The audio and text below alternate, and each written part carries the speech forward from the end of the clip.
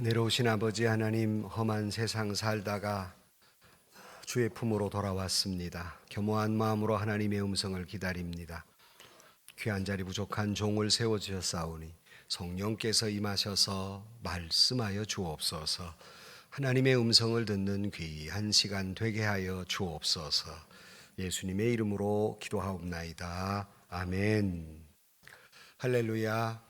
오늘 또 주의 은혜가 우리 가운데 충만하시기를 주의 이름으로 축복합니다.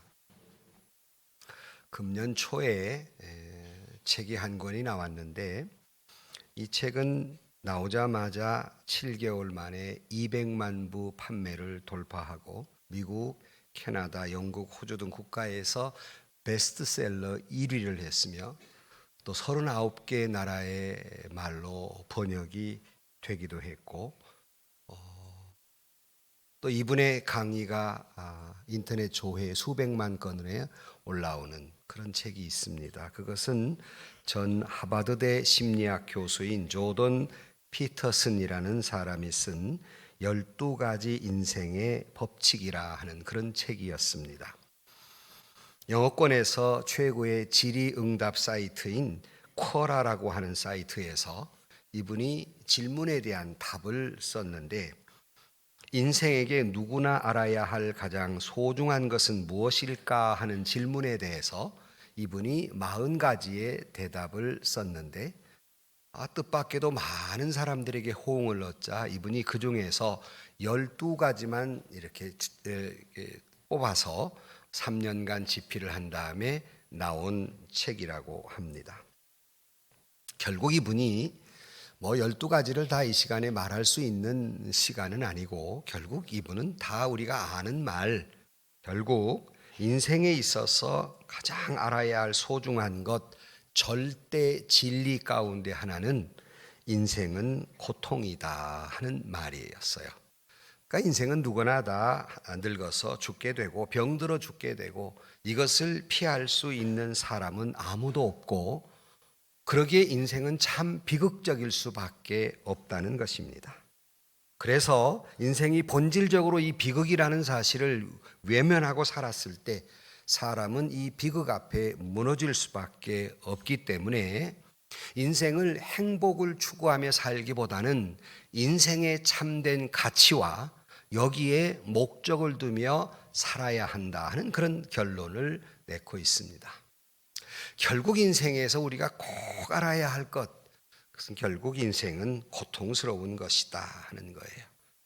여러분, 이 지구상에 살아가면서 그 삶이 쉬운 사람은 아무도 없습니다. 다 삶이 힘들고 어렵지 너나 할 것 없이 인생은 정말 힘든 세상을 우리 모두가 살아가는 것입니다.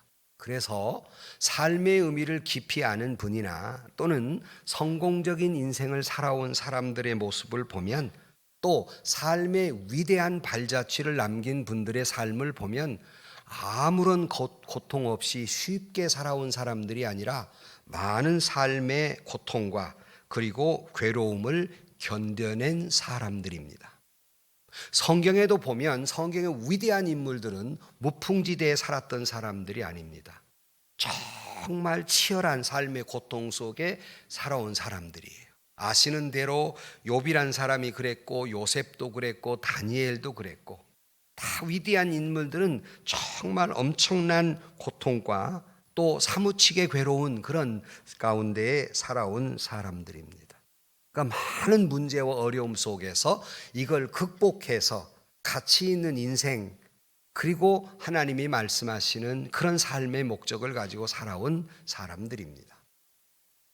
심지어 사도 바울은 복음을 위해서라면 내 생명도 아깝지 않다는 고백을 한 사람이지만 역시 그 역시도 괴로운 것은 괴로운 거예요.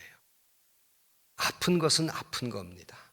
아무리 믿음이 좋은 사람이라도 아무리 기도를 많이 한 사람이라도 고통이 올 때는 고통스러운 거지 아프지 않아서 견뎌내는 것이 아니거든요.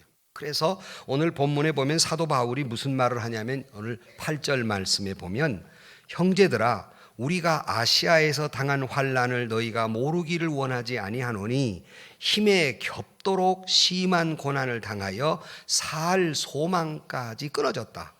그러니까 사도 바울이 생명도 아깝지 않다는 사람이 너무 이 고통스러워 힘에 겨웠다는 거예요. 결국 살 소망이 끊어졌다. 이 말은 이제 죽었구나 하는 생각까지 들 만큼 그가 괴로웠다는 것이에요. 무엇이 그렇게 괴로웠을까? 이 고린도 후서기 때문에 안으로의 괴로움과 밖으로의 괴로움이 있었을 것이다라는 생각이 듭니다. 안으로 괴로움이라고 하는 것은 바로 이 고린도 후서를 쓴 이 고린도 교회는 사도 바울이 2차 전도 여행 때 이 지역에 가서 1년 6개월 동안 복음을 전하며 세운 교회입니다.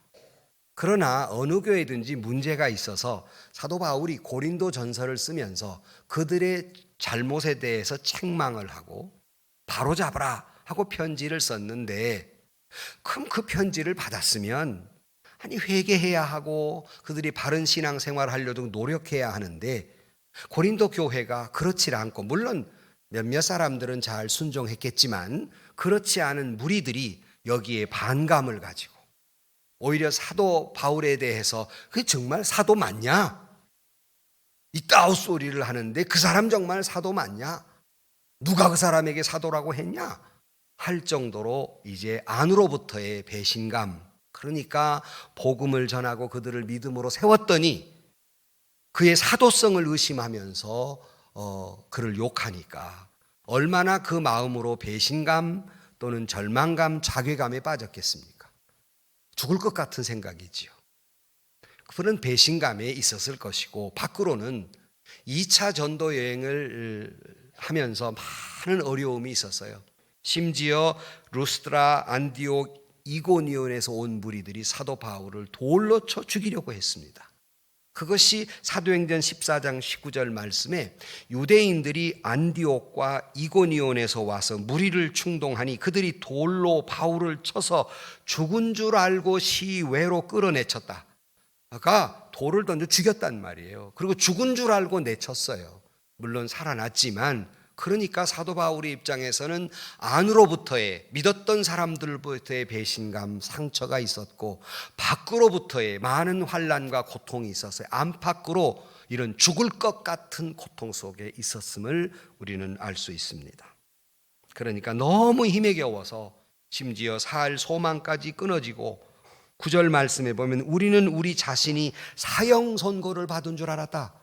얼마나 괴로웠던지 나는 이 사형 선고받은 것 같았다라고 표현을 함으로써 마치 죽을 것 같고 마치 죽은 것 같은 이런 고통의 상태, 처절한 상태이죠.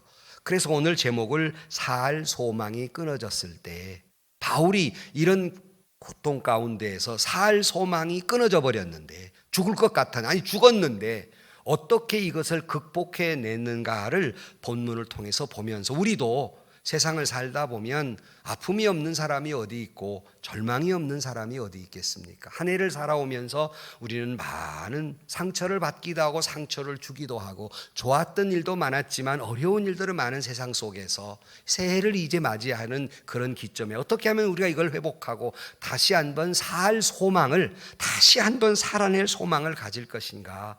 본문을 통해 하나님께, 사도 바울을 통해 우리에게 주시는 하나님의 음성을 듣는 이 아침이 되시기를 주의 이름으로 축복합니다.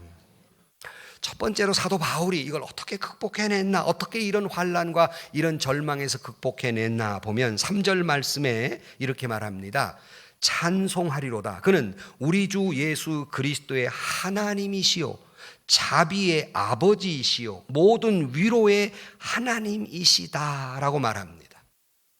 사도 바울이 소망을 갖고 유일하게 붙들었던 것, 이런 절망에서 다시 일어설 수 있었던 것은 그는 자비의 아버지이시고 위로의 하나님이시다. 이 믿음으로 그는 이 어려운 고통을 극복해낼 수 있었습니다. 하나님은 저와 여러분을 향한 자비의 하나님이시고 우리의 아버지이시며, 그리고 우리를 위로하시는 하나님이라는 사실이 이런 삶의 소망이 끊어져 버린 이 고통스러운 세상에서 다시 한번 일어설 수 있는 소망이 되시기를 주의 이름으로 축복합니다. 그 바울이 여기서 강조하려고 하는 건 하나님은 우리를 위로하신 분이다. 이런 소망마저 끊어져 버렸을 때 하나님만이 우리의 위로가 되신다. 그리고 예수 그리스도가 이를 위해 이 땅에 오셨지 않았냐는 거지요. 이 고난 속에서 주님이 이 땅에 오신 것, 독생자 예수 그리스도 땅에 보내주신 이유가 뭐겠습니까? 상처받은 영혼들을 싸매주시고 우리의 죄를 용서하시고 우리를 위로하시기 위해 예수 그리스도가 이 땅에 오셨으며, 성령님을 우리는 파라클레토스라고 말하는데, 이때 말하는 파라클론이라는 말은 위로란 말이고 힘을 실어준다, 큰 버팀목이 되어준다, 그런 뜻이에요. 그래서 우리는 성령님을 위로의 하나님이라고 말합니다.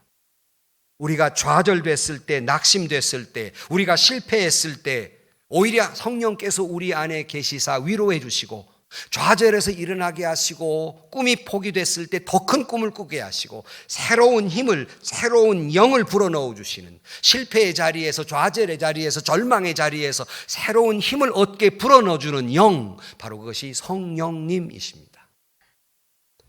그러므로 우리 하나님은 위로의 하나님이시고, 우리의 주님은 그 위로를 이 땅에 오신 분이시고, 오늘 또 우리 안에 그 위로의 영을 불어주시는 삼위 하나님께서 계심에 위로받고 새 힘을 얻게 되었다는 것입니다. 때로는 주저앉고 싶었을 때, 때로는 포기하고 싶었을 때, 때로는 더 이상 가지 못하고 멈추고 싶었을 때, 하나님이, 예수님이, 주의 영이 우리 가운데 계셔서 우리를 위로하시며, 사랑하는 성도 여러분, 절망의 자리에서 새로운 소망과 새로운 힘을 얻는 저와 여러분들이 되시기를 주의 이름으로 간절히 축복합니다. 서두에 말씀드린 대로 위대한 인물들은 한결같이 처절한 고통과 처절한 아픔 속에서 이겨낸 사람들의 이야기입니다. 예컨대 모세가 광야에 지치고 힘들 때 주님은 다장하게 찾아와 주여 힘을 주셨고, 다윗이 고독하고 서러울 때 그를 찾아와 따뜻하게 위로해 주셨으며, 다윗이 지치고 쓰러지고 힘이 고갈됐을 때 찾아오 힘을 다시 한번 주셨으며, 여러분 잘 아시는 대로 엘리야가 차라리 내가 죽는 것이 좋겠습니다 라고 처절한 절망에 있을 때 찾아오셔서 그를 먹이시고 그를 위로해 주었던 하나님, 그 하나님은 그들의 하나님이 아니라, 그들의 하나님일 뿐이 아니라 저와 여러분의 하나님이심을 믿으시기를 주의 이름으로 축원합니다. 바울은 그 위로의 하나님이 계시기에, 그 위로의 예수님이 계시기에, 그 위로의 성령님이 찾아오시기에 상한 마음, 멍든 마음이 위로받고, 힘을 잃고 탈진 상태에 있을 때 어루만져 주시는 주님의 위로가 있기에 새로운 기운을 얻고, 힘이 되어주시는 주님이 계시기에, 버팀목이 되어주시기에, 다시 한번 나의 견고한 요새가 되어주시기에 다시 일어설 수 있는 용기가 되었다는 말씀입니다. 하나님은 단순히 좋으신 하나님뿐만 아니라 위로의 아버지이시다. 고통이나 환난을 당할 때 위로해 주시는데, 어떤 모습의 위로자이시냐면 이사야 66장 13절 말씀에 이렇게 말씀하고 있습니다. 어머니가 자식을 위로함 같이 내가 너희를 위로할 것인즉 너희가 예루살렘에서 위로를 받으리라 그랬어요.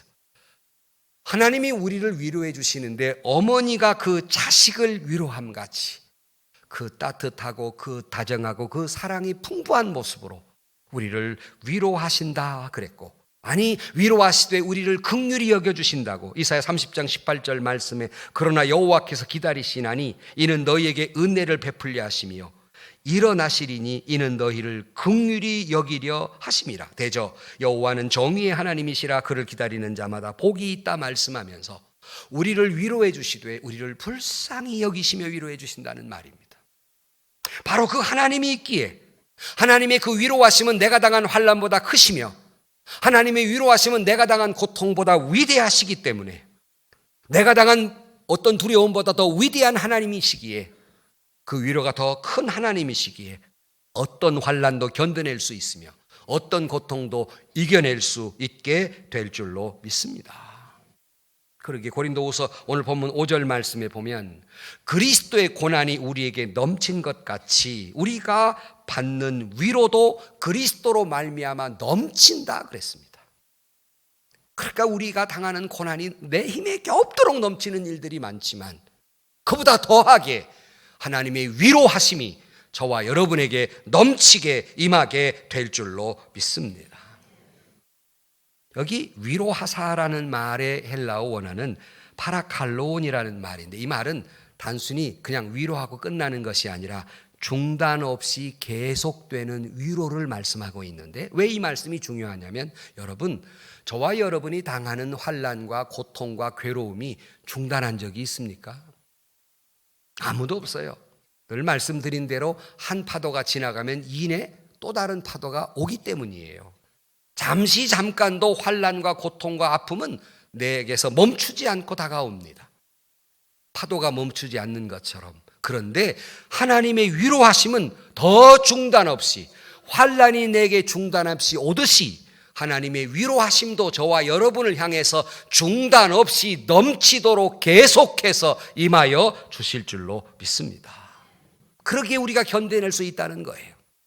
그래서 오늘 6절 말씀에 우리가 환난을 당하는 것도 너희가 위로와 구원을 받게 하려는 것이요, 우리가 위로를 받는 것도 너희가 위로를 받게 하려는 것이니, 이 위로가 너희 속에 역사하여 우리가 받는 것 같은 고난을 너희도 견디게 하시느니라.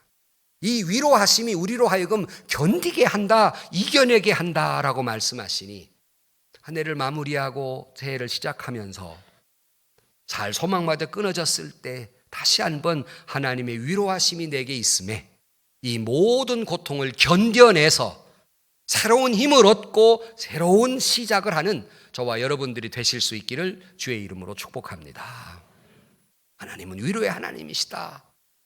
그런데 두 번째로, 사도 바울은 그렇게 위로의 하나님의 위로를 받음으로 말미암아 또 우리가 어떻게 견뎌내느냐, 위로받은 자로서 타인을 위로함으로 같이 이 환난을 겪어낸다는 것이에요. 그것이 4절 말씀에 보면, 우리의 모든 환난 중에 우리를 위로하사 우리로 하여금 하나님께 받은 위로로서 모든 환난 중에 있는 자들을 능히 위로하게 하시느니라 그랬어요. 무슨 말이에요? 우리가 하나님께로부터 환난 중에 위로를 받고 우리로 하여금 그 하나님의 위로를 받음으로 우리가 서로 능히 위로받게 하기 위해서 우리를 위로하신다 그랬어요. 성도 여러분, 너나 할 것이 다 환난과 고통이 밀려오는 파도처럼 거듭되지만 우리는 하나님께로부터 위로받은 자로서 서로 위로함으로 이 고난의 세월, 고통의 세월을 잘 견뎌내게 될 줄로 믿습니다.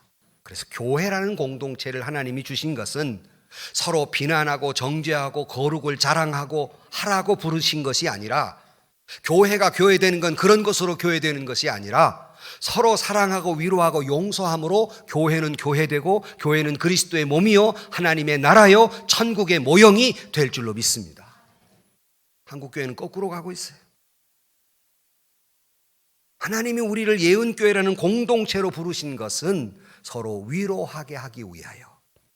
그러니까 우리가 천국 가는 것은 각자의 믿음으로 가지만 천국까지 향하여 가는 걸음에는 우리 모든 교우들이 서로 힘을 합해서 힘들 때 도와주고 때로는 용서해주고 사랑해주고 기도해주고 격려하면서 하나님의 나라에 가게 되는 것이 옳시다. 이 위로를 위해서 교회라는 공동체를 허락하신 것입니다. 세상은 고통의 곳이며 세상은 환난의 곳입니다. 이것을 이겨내는 것은 먼저는 하나님의 위로하심이 있고, 그리고 서로 간에 우리 사람과 사람들끼리, 예언교회 공동체의 믿음의 사람들끼리 서로 간에 위로함으로써 이 모든 환난을 견뎌낼 수 있게 된다는 것입니다. 그러므로 여러분, 하나님의 위로하심은 하나님의 말씀을 통해서도 오시지만 누군가를 통해서 위로하시는 줄로 믿습니다. 그러니까 하나님의 말씀을 통해도 위로하시면 하나님은 사람을 통해 위로하신다는 말씀이에요. 그러니까 나는 나만이 위로받을 사람이 아니라 하나님이 나를 통해서 누군가를 위로하시기를 원하신단 말이에요. 그래서 험한 세상을 잘 같이 견뎌내라고 우리 피차 한 교회의 교인 되게 하신 것입니다. 고린도 교회가 어려움에 빠졌습니다.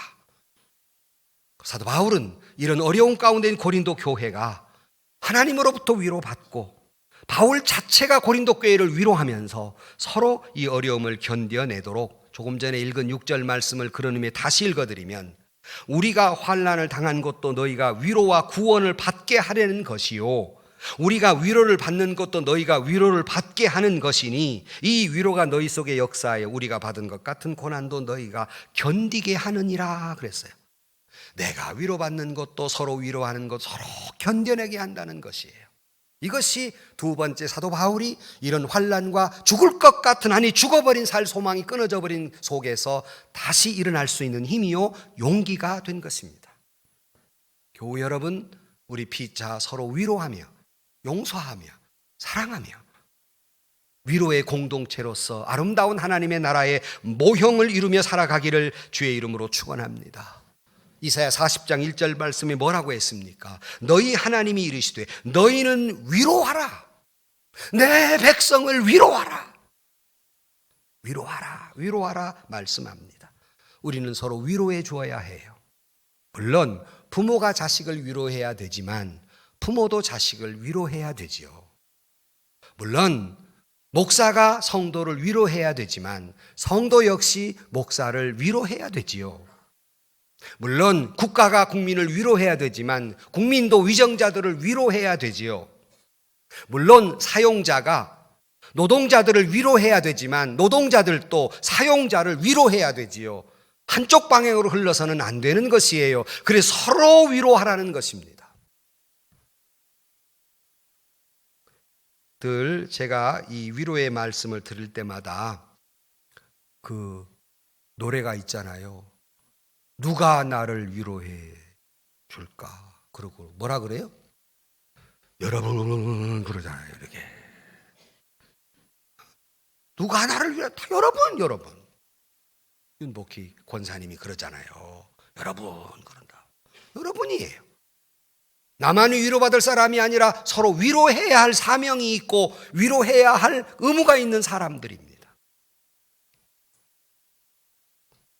그래서 오늘 본문에 그냥 여러분 읽으셨겠지만 3절로 7절까지 위로라는 말이 몇 번 등장하냐면 이 짧은 구절이 10번 등장합니다. 위로, 하나님은 위로의 하나님이고 위로하라, 위로받기 위해서 위로로 10번이 이 짧은 구절에. 그러므로 하나님이 우리를 부르시고 한 교회의 교인 되게 한 것은, 이런 환난을 경험하게 하신 것은 서로 위로하게 하기 위하여입니다. 상처받은 사람이어야 상처받은 사람의 마음을 이해하고 위로할 수 있어요.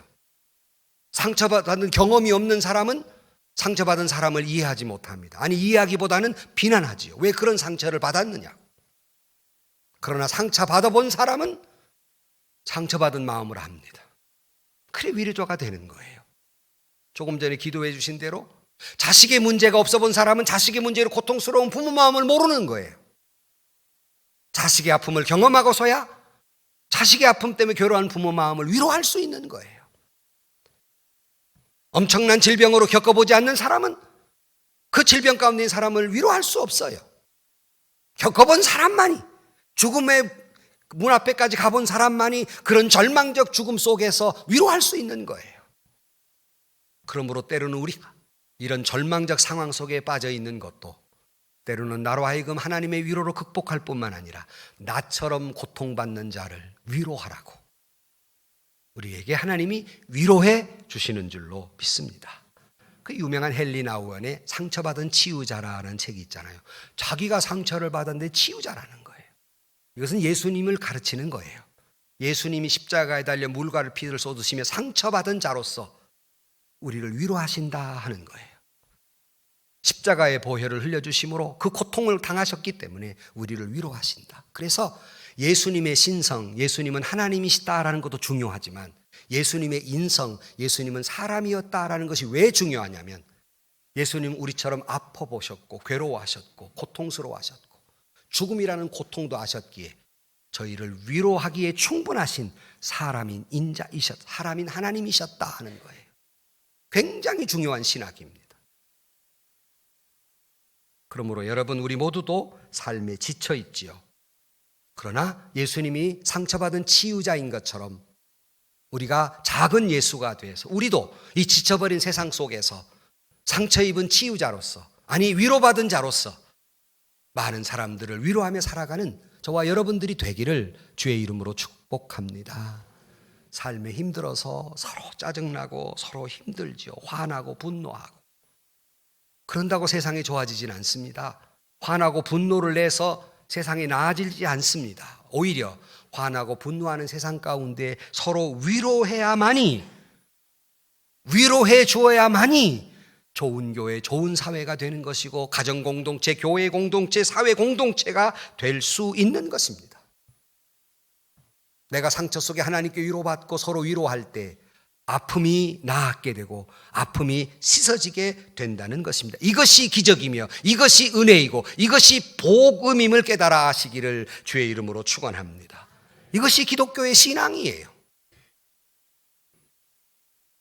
다시 한번 우리 모두가 예수의 마음을 품고 서로 간에 위로하는, 남편이 아내를, 아내가 남편을 서로 위로하는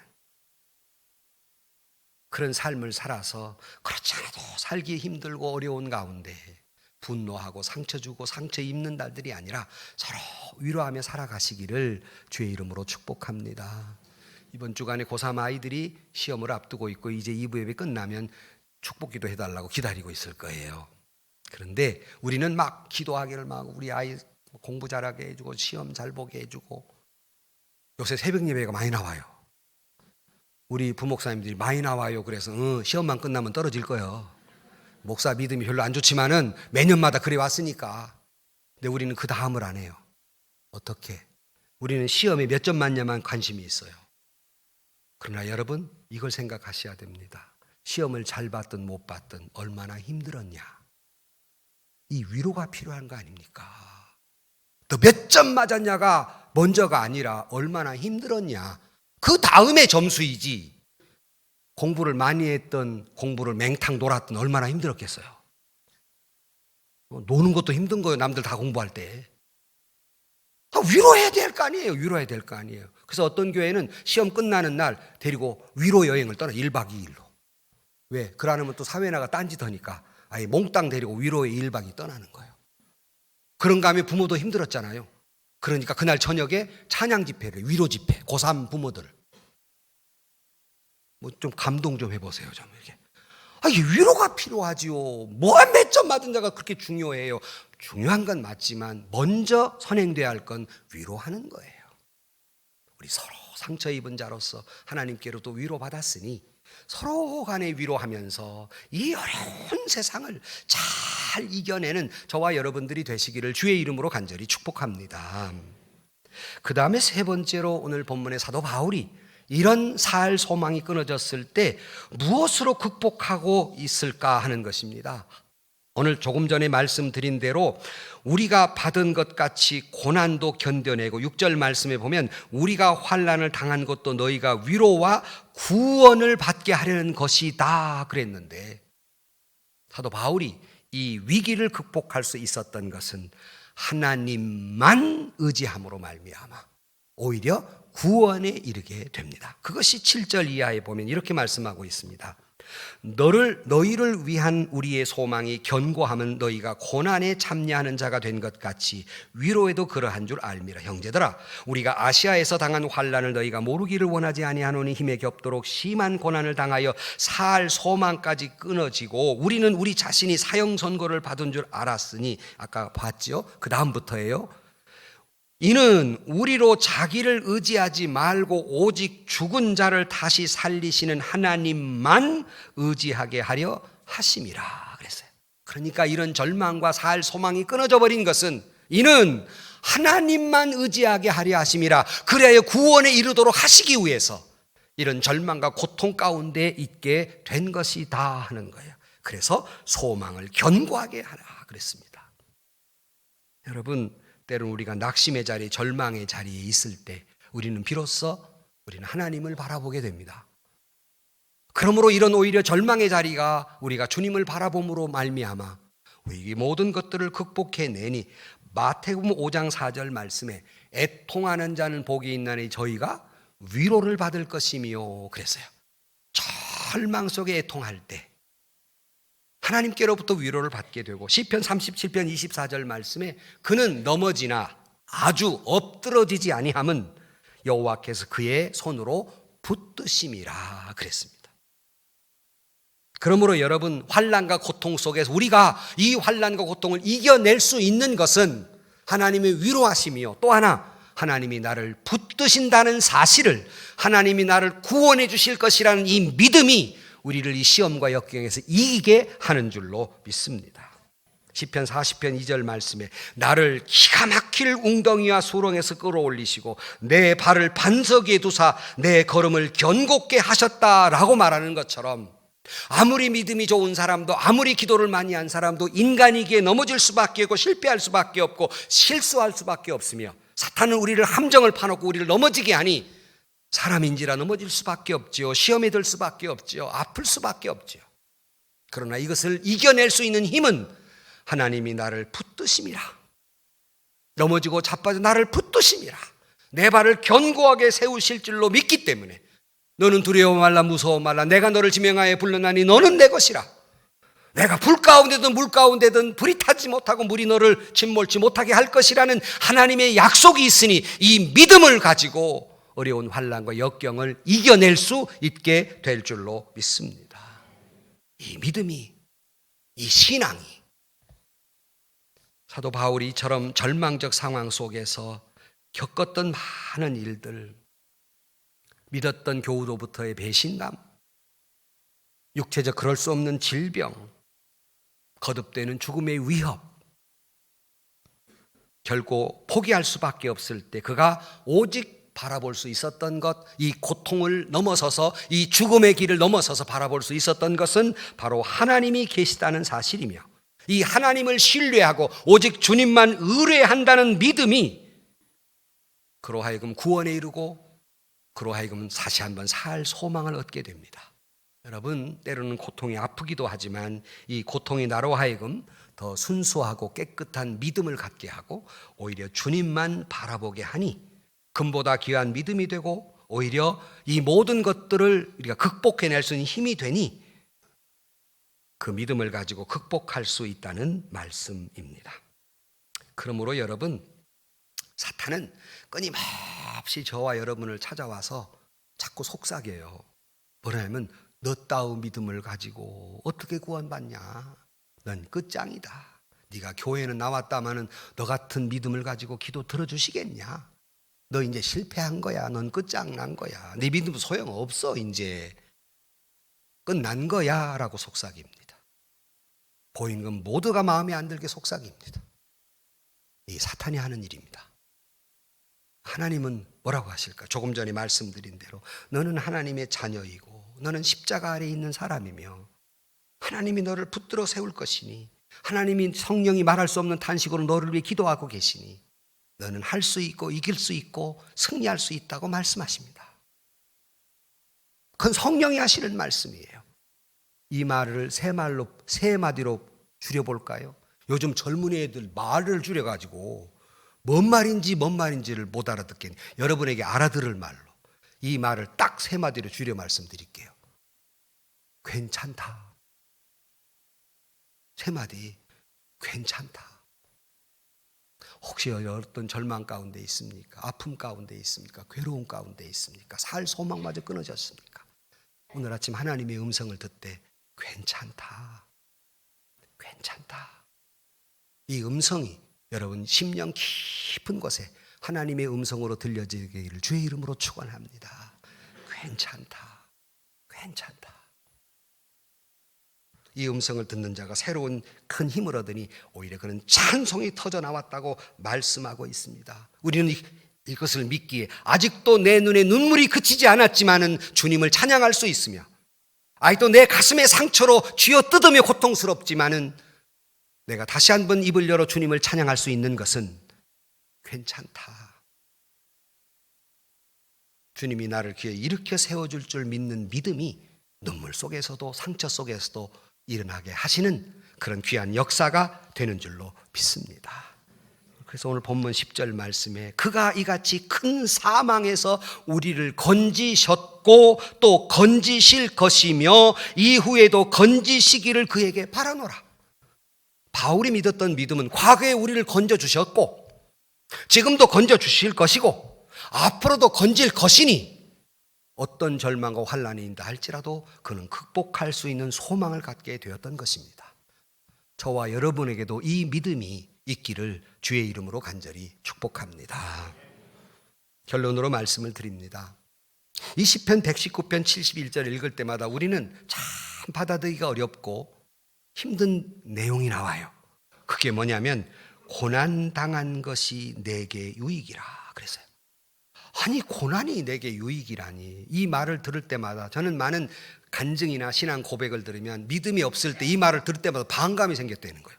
어떻게 고난이 내게 유익이 되냐. 이 말을 들을 때마다 나는 위로도 되지도 않고 유익도 안 되는데 하고 너무 마음이 아팠다는 거예요. 저도 동감이에요. 그러나 고난이 내게 유익이라는 말씀은 내가 고난 속에 있기에 하나님의 위로하심을 받고 내가 고난 속에 있기에 그 위로받고 고난 속에 있는 사람을 위로할 수 있고 내가 고난 속에 있기에 자신의 힘이나 사람을 바라보지 아니하고 하나님만 바라보게 되니 구원을 받게 되고 그러함으로 고난이 유익이 되는 줄로 믿습니다. 아프지 않다는 말이 아니에요. 괴롭지 않다는 말이 아닙니다. 힘들지 않다는 말이 아니에요. 아프지요, 괴롭지요, 힘들지요. 그러나 유익이라는 말은 결국 나를 구원에 이르도록 인도하는 길이 된다는 사실이에요. 여러분, 위로는 위대한 힘이 됩니다. 때로는 눈물을 진주로 바꾸어주고 아픔을 정급 같은 인생으로 바꾸어주며 죽음을 생명으로 이끌고 멸망을 성공으로 이끄는 것, 바로 그것은 위로입니다. 누군가가 내가 이 괴로울 때 위로 한마디만 해줬더라면, 여러분, 많은 사람들이 자기 생명을 스스로 끊는 아픔이 있지만 누군가가 한 번이라도 그를 위로했다면 아마 스스로 생명은 끊지 않았을 것입니다. 여러분, 우리는 위로받은 자로서, 상처받은 치유자로서 하나님께 위로를 받고 피차 서로 위로하며 주님만 바라보는 말미암아 이 고통받는 세상 속에서 서로 애환을 나누며 격려자가 돼서 이 고난의 강을 잘 극복해내는, 건너가는 저와 여러분들이 되시기를 주의 이름으로 축원합니다. 초대교회는 두 가지 사실이 있으므로 날마다 부흥했습니다. 하나는 하나님을 경외하는 마음과 하나는 위로가 있었습니다.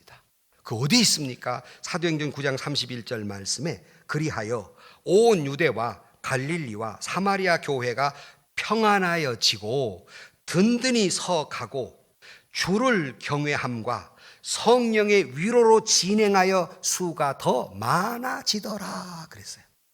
하나님을 경외하는 것과 그리고 성령의 위로하심이 초대교회가 점점 부흥하게 된 것처럼 서로 살기 힘든 세상 가운데 예언 공동체 속에서 많은 어려움 속에 환난은 계속되지만 하나님께로부터 위로받으시고 또 위로자가 되시고 오직 주님만 바라봄으로 말미암아 이 고난의 강을 건너서 믿음으로 승리하는, 아니 새해를 다시 살 소망을 얻는 저와 여러분들이 되시기를 주의 이름으로 간절히 축복합니다.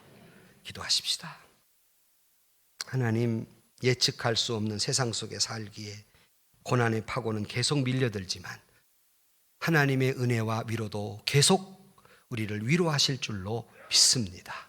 주의 위로하심을 받고 우리 또한 위로자가 되고 오직 주님만 바라봄으로 말미암아 우리 모두가 이 고난의 세월을 잘 지금까지도 견뎌냈으니 새해에도 다시 한번 살 소망을 얻는 우리 모두가 되게 하여 주옵소서.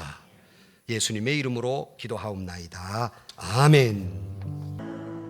세상에서 시달린 친구들아, 위로의 주님 바라보아라. 눈을 들어 주를 보라. 하늘의 모든 염려 주께 맡겨라. 슬플 때에 주님의 얼굴 보라.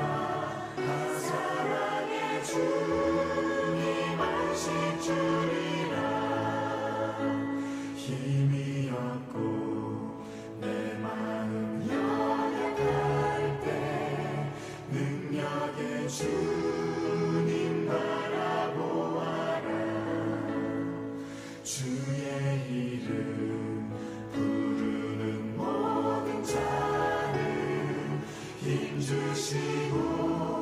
늘 지켜주시고